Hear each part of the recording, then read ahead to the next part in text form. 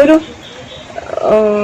30 വയസ്സൊക്കെ ആകുമ്പോഴത്തേക്കും, അതായത് കല്യാണം കഴിഞ്ഞ് 2 കുട്ടികളൊക്കെ കഴിയുമ്പോഴത്തേക്കും സ്ത്രീകൾ ഫ്രീ ആവുമല്ലോ നോർമലി. അതെന്ന് വെച്ച് കഴിഞ്ഞാൽ എന്താ, അത്യാവശ്യം കുട്ടികളൊക്കെ സ്കൂളിൽ പോകാനൊക്കെ തുടങ്ങും, ഒന്ന് ഫ്രീ ആവും. അപ്പൊ ആ ഒരു ഏജിലാണ് ഏറ്റവും കൂടുതൽ ഈ എക്സ്ട്രാ മെരിറ്റൽ അഫയേഴ്സ് എന്നുള്ള ഒരു രീതിയിൽ ഉണ്ടാവണത്, സ്ത്രീകളുടെ ഇടയിൽ ഉണ്ടാവണമെന്ന് ഞാൻ മനസ്സിലാക്കിയത്. അതായത് എൻ്റെ പല സുഹൃത്തുക്കളിൽ നിന്ന്, അല്ലെങ്കിൽ ഞാൻ എൻ്റെ മുന്നിൽ കണ്ട പല സ്ത്രീകളിലും ഉള്ളൊരു സാധനം.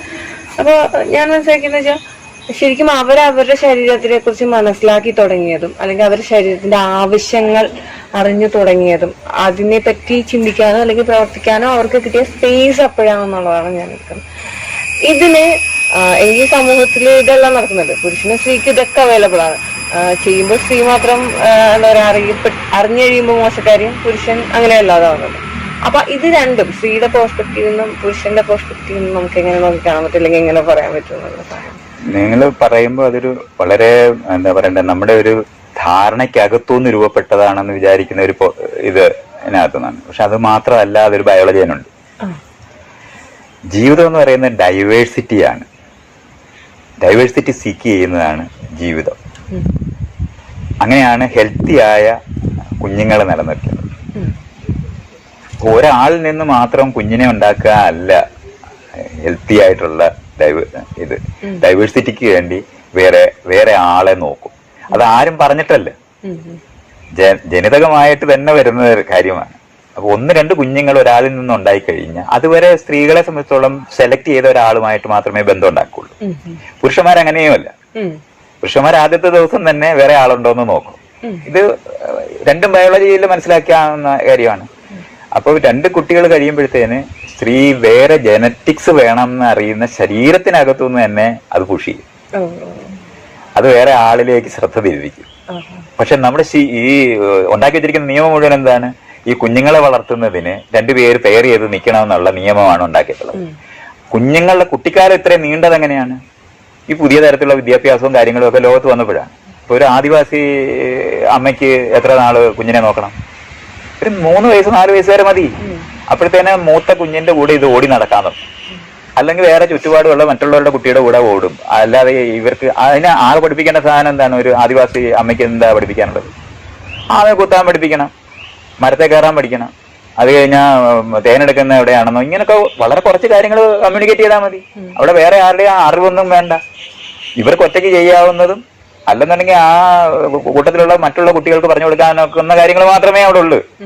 ഒരു കുഞ്ഞിനെ വളർത്തുക എന്ന് പറയുന്നത് ഒരു ആദിവാസികളുടെ ലോകത്തെത്തിക്കഴിഞ്ഞാൽ, ഹണ്ടർ ഗ്യാതറിംഗ് സൊസൈറ്റിനെയാണ് ഞാൻ ഇവിടുത്തെ ആദിവാസികളെന്ന് പറഞ്ഞു പോയാൽ, ഇവിടെ കുറച്ച് കൃഷിക്കാരായ ആദിവാസികളുണ്ട്, അവരല്ല. അത് കഴിഞ്ഞിട്ട് വരുന്ന ആളുകളെന്ന് പറയുമ്പോഴാണ് നമ്മൾ ഈ കൃഷി സമൂഹത്തിലെത്തി വരുമ്പോൾ കുറച്ചുകൂടെ കൂടുതൽ അറിയണം, കൃഷിയെപ്പറ്റി അറിയണം. കൃഷിയെപ്പറ്റി അറിയുക എന്ന് പറയുന്നത് അതിനേക്കാളും പാടാം. അപ്പൊ അത് ഈ പുറകെ നടന്ന് പഠിക്കേണ്ടത് വരും. അപ്പൊ ഒരു ലോങ് ആയിട്ടുള്ള നീഡ് വരും. ആ തരത്തിൽ വരുന്ന കുട്ടിക്കാലം നീളുക എന്ന് പറയുന്നത് കുറച്ചുകൂടെ അങ്ങ് നീങ്ങും.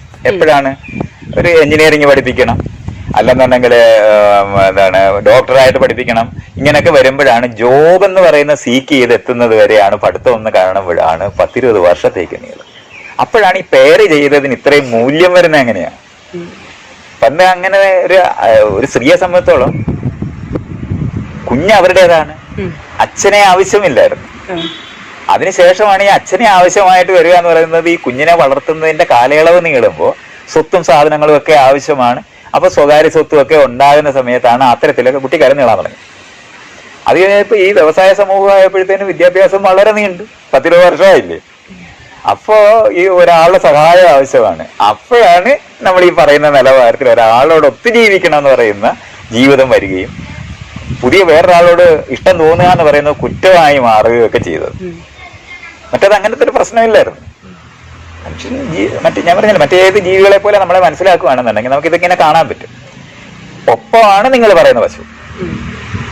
നേരെ കുഞ്ഞുണ്ടായി കഴിയുമ്പോഴത്തേന് പുതിയ കാര്യം നമ്മുടെ ശരീരം പറയുന്നതിനോടൊപ്പം തന്നെ നമുക്ക് ഇങ്ങനെ കാഴ്ചകൾ കണ്ട് നമുക്ക് ഇതിനേക്കാളും മെച്ചപ്പെട്ട ജീവിതം ഉണ്ടാക്കാൻ പറ്റും. ഇപ്പൊ നമ്മൾ സെലക്ട് ചെയ്തതിനേക്കാളും മെച്ചപ്പെട്ട സെലക്ഷൻ സത്യത്തിൽ സാധ്യമാണ് എന്ന് നമ്മുടെ കണ്ണുറപ്പിക്കുന്ന അനുഭവങ്ങളും ഈ പറയുന്ന ഒരാളുടെ കൂടെ ജീവിച്ചു കഴിയുമ്പോൾ കാണും.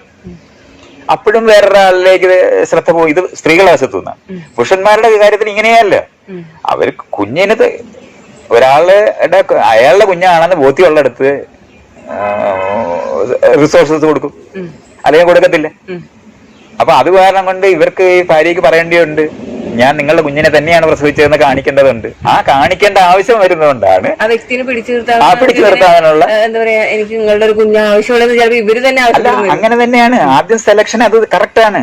ഒരാളെ സെലക്ട് ചെയ്തിട്ടേ സ്ത്രീകൾ ബന്ധം ഉണ്ടാക്കൂ, ചുമ്മാതെ ബന്ധം ഉണ്ടാക്കത്തില്ല. അത് ലൈംഗിക തൊഴിലാളികൾ കാശിനെ ചെയ്യുമ്പോൾ മാത്രമേ അത് ചെയ്യാൻ പറ്റുള്ളൂ. അല്ല സ്ത്രീക്ക് താനെ ഒരാളുമായിട്ട് കണ്ട ഉടനെ തന്നെ ബന്ധം ഉണ്ടാക്കാനൊക്കത്തില്ല. പുരുഷന്മാർക്ക് പറ്റും. പുരുഷന്മാർക്ക് അവരെ പരിചയമൊന്നും വേണ്ട, ഒരറിവും വേണ്ട. സ്ത്രീകളുടെ ഏറ്റവും വലിയ പ്രശ്നമാണ് പരിചയവും അറിവും. ഇയാളെ എനിക്ക് വേണമെന്ന് തോന്നും, അതുവരെ പരിചയം വേണം. അപ്പൊ അതുകൊണ്ടാണ് പുരുഷന്മാർ മൂവ് ചെയ്യുന്നതും. സ്ത്രീകള് ഇയാളെ എടുക്കണോ, ഇയാളെ തന്നെയാണോ ഞാൻ സെലക്ട് ചെയ്യേണ്ടതെന്നുള്ളത് ഒത്തിരി സമയം എടുക്കും നമുക്ക്. അങ്ങനെ എടുത്ത് ഉണ്ടാക്കുന്ന ഒരാളായതുകൊണ്ടാണ് അയാളോടൊത്ത് നിന്ന് ഈ കുഞ്ഞിനെ വളർത്തുക എന്ന് പറയുന്ന കാര്യത്തിനകത്ത് ഇടപെട്ട് നിൽക്കുകയാണ്. അപ്പൊ ഈ കുഞ്ഞിനെ ഉണ്ടാക്കണമെന്ന് ഞാൻ പറയുമ്പോൾ കുഞ്ഞു വേണം എന്നുള്ള അർത്ഥം ഇല്ല കേട്ടോ. ആണും പെണ്ണും ആയിരിക്കുക എന്ന് പറയുന്നത്, ഒരാളായിരിക്കുക എന്ന് പറയുന്നത്, ജീവൻ തുടരുന്നത് കുഞ്ഞിനോടാണ്. അതിന്റെ അകത്താണ് ഈ യുക്തികളൊക്കെ രൂപപ്പെടുന്നത്.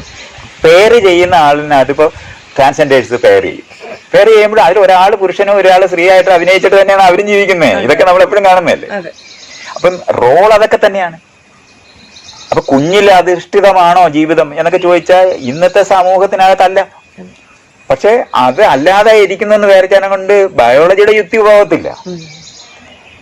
അപ്പൊ ട്രാൻസ്ജെൻഡേഴ്സ് ആയിരിക്കുന്ന ആൾക്കാരും ഇന്റർസെക്സ് ആയിട്ടിരിക്കുന്ന ആൾക്കാരും ഒക്കെ വ്യത്യസ്തമായ പേര് ചെയ്യും. വീണ്ടും അവിടെ നമ്മൾ ഇത് മുഴുവൻ വഴക്കുകളും കാണും. ഈ ഭാര്യയും ഭർത്താക്കന്മാര് വഴക്കിടുന്ന പോലെ വളരെ അങ്ങനെ തന്നെയാണ്.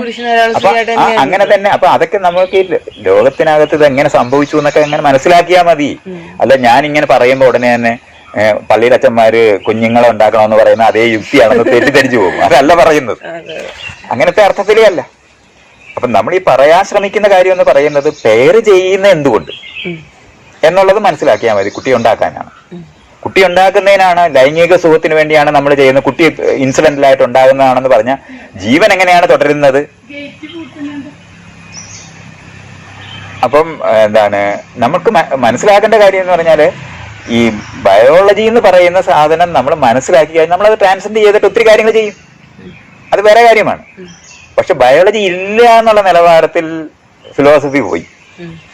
അങ്ങനെയാണ് ഈ അവസാനം കാൽപ്പനിക പ്രേമത്തിനെ പറ്റിയൊക്കെ സംസാരിക്കുന്നത്. മാംസബദ്ധമല്ല എന്റെ രാഗം എന്നൊക്കെ പറയുന്ന തരത്തിലൊക്കെ ഉള്ള അഭിനയമൊക്കെ അങ്ങോട്ട് വന്നിട്ട് എന്തുമാത്രം പാടായി തീർന്ന്. അങ്ങനെ ലൈംഗികത തെറ്റാണെന്ന് പഠിക്കുന്നിടത്ത് നമ്മൾ ബോധം കൊണ്ട് തന്നെ തെറ്റി. ജീവിതത്തിന്റെ ഏറ്റവും അടിസ്ഥാനം അതാണ്. അതില്ലാതെ ഒരു ജീവനേ ഇല്ല. നമുക്കറിയുന്ന സങ്കീർണ ജീവികളിൽ മുഴുവൻ ആവശ്യമുള്ളതാണ് ലൈംഗികത. അല്ലാതെ അത് ലൈംഗികത എന്ന് പറയുന്നത് ചിലർക്ക് മാത്രം തോന്നുന്നതും എനിക്ക് ലൈംഗികത ഇല്ലെന്ന് അഭിനയിക്കുന്ന സ്വാമിമാരും ഒന്നും ഒരു കാര്യമില്ല. അതൊക്കെ പേട്ട് തേങ്ങകളാണ്, അകത്ത് കാമ്പില്ലാത്തതാണ്. കുഞ്ഞിനെ വേണ്ടാന്ന് വേണമെന്നൊക്കെ നമുക്ക് തീരുമാനിക്കാം. അത് വേറെ വിഷയമാണ്. അതിപ്പോൾ നമ്മൾ അല്ലെങ്കിലും ചെയ്യുന്നുണ്ട്. ഇഷ്ടംപോലെ പോപ്പുലേഷൻ ഉണ്ടാകാതിരിക്കുന്നതിന് വേണ്ടി നമ്മൾ കുട്ടികളെ ഉണ്ടാക്കേണ്ടെന്ന് തീരുമാനിക്കുന്നുണ്ട്. അതൊക്കെ നിൽക്കുന്നുണ്ട്. പക്ഷെ ജീവന്റെ തുടർച്ച മക്കളിലൂടെ അങ്ങനെയാണെന്ന് മനസ്സിലാക്കിയാൽ മതി. അതിനു വേണ്ടിയാണ് എല്ലാം ഈ ഒരുങ്ങുന്നത്. ഒരുക്കുന്നതിനകത്തുള്ള കൗതുകവും അതിനകത്തുള്ള എന്താ പറയണ്ട രസങ്ങളും നമ്മൾ വികസിപ്പിച്ച് മനുഷ്യരങ്ങനെയാണ്. മനുഷ്യരെല്ലാ ലൈഫിന്റെ ക്വാളിറ്റിയാണ് വികസിപ്പിച്ചത്. അടിസ്ഥാനപരമായിട്ടുള്ള ഇപ്പൊ ഭക്ഷണം എന്ന് പറയുന്നത് കഴിക്കാനാണ്, ശരീരം നിലനിർത്താനാണ് എന്ന് നമ്മൾ അറിയുമ്പോഴും നമ്മൾ ഭക്ഷണം ഉണ്ടാക്കുന്നത് എങ്ങനെയാണ്? രുചിക്കാണ് ഉണ്ടാക്കുന്നത്.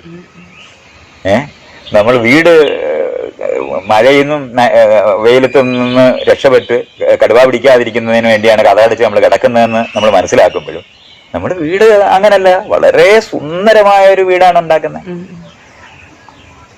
വസ്ത്രം, ആളുകളെ ഒരു ആഭരണത്തിന്റെ യുക്തികളും അതുപോലെ തന്നെ നമ്മളെ സംബന്ധിച്ചോളം തണുപ്പില്ലാത്തതും ചൂടിനകത്തുനിന്ന് മാറുന്നതിനും ഒക്കെ ആയിട്ട് വസ്ത്രം നമ്മൾ ഉപയോഗിക്കുമ്പോഴും ആഭരണമാണ് പ്രധാനമായിട്ടുള്ളത്.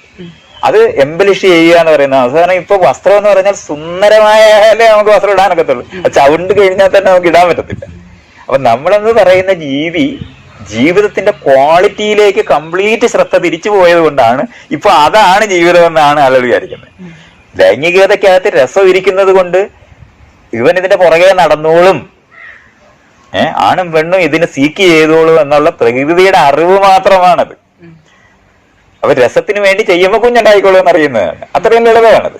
കാരണം തേൻ വെച്ചിരുന്ന വണ്ടവിടെ എത്തിക്കോളും എന്നറിയുന്ന പോലാണ്. മണം ഉണ്ടെന്നുണ്ടെങ്കിൽ മണത്തങ്ങ് എത്തിക്കോളൂ എന്നറിയുന്നതുകൊണ്ടാണ്. നല്ല തിളക്കമുള്ള ഇതള് നിന്ന വണ്ടെത്തുമെന്ന് അറിയുന്ന ചെടികളുടെ യുക്തിയാണ് ലൈംഗിക സുഖമായി മാറിയത്. അത്രേ ഉള്ളൂ. പക്ഷെ ഇന്ന് നമ്മള് പറയുന്നത് എങ്ങനെയാണ്? സുഖത്തിന് വേണ്ടിയാണ് ഞാൻ ലൈംഗിക ബന്ധത്തിൽ ഏർപ്പെടുന്നത്, അറിയാതെ കുഞ്ഞുണ്ടായി പോകുന്നതാണ്. അങ്ങനെയല്ല. ഇത് രസം ഇല്ലെന്നുണ്ടെങ്കിൽ ലൈംഗിക സുഖം ഇല്ലെന്ന് വെച്ചോ, ആരെങ്കിലും കൊച്ചിനെ ഉണ്ടാക്കുന്ന പണിക്കേ ഏർപ്പെടത്തില്ല.